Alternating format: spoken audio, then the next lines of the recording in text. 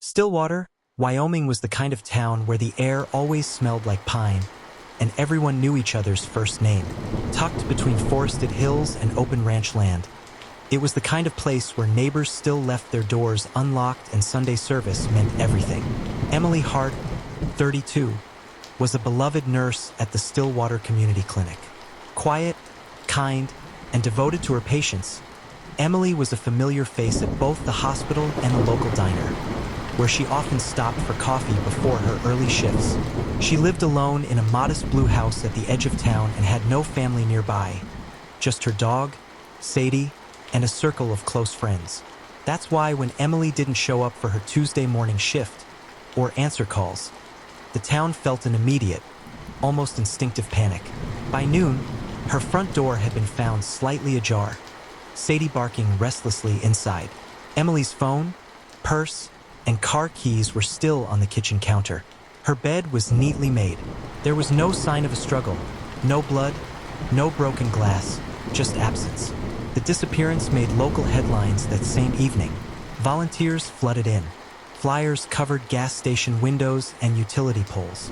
Sheriff Dale Monroe held daily briefings on the courthouse steps, offering few details but promising answers. The initial theory was a random act of violence, perhaps someone passing through, or a patient with a grudge. But there was nothing random about Emily's life. It was stable, structured, quiet. Too quiet, as investigators would soon learn. 2 weeks into the investigation, detectives unearthed a side of Emily no one in Stillwater had seen. Hidden in a folder tucked away on her laptop were emails, hundreds, between Emily and a man named Jason Rowe. He was not a local. His IP traced back to Bozeman, Montana. In the emails, Emily referred to him as Jay, and their conversations had the intensity of a long-distance romance teetering between devotion and paranoia. Emily's best friend, Jenna, later confirmed she had met Jay once, briefly, when he came into town unannounced 6 months earlier. He didn't stay long, and Jenna recalled Emily becoming more withdrawn after his visit. Then came the next twist. Jason Rowe had died 2 years ago in a motorcycle accident. The man Emily had been emailing wasn't Jason. Investigators dug deeper.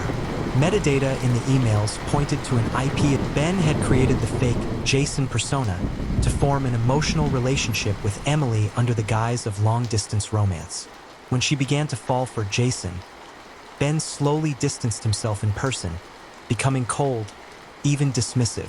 Emily had begun to suspect something. In one of her final unsent emails, found in her drafts folder, she wrote, "I know it's you, Ben. I don't know what this was, but it needs to stop." Ben was brought in for questioning. He denied any involvement in her disappearance, but grew visibly shaken when shown the email. His alibi, being home the night Emily vanished, crumbled when phone records placed him near her house at 1:23 a.m. that morning. That night, a search warrant was issued.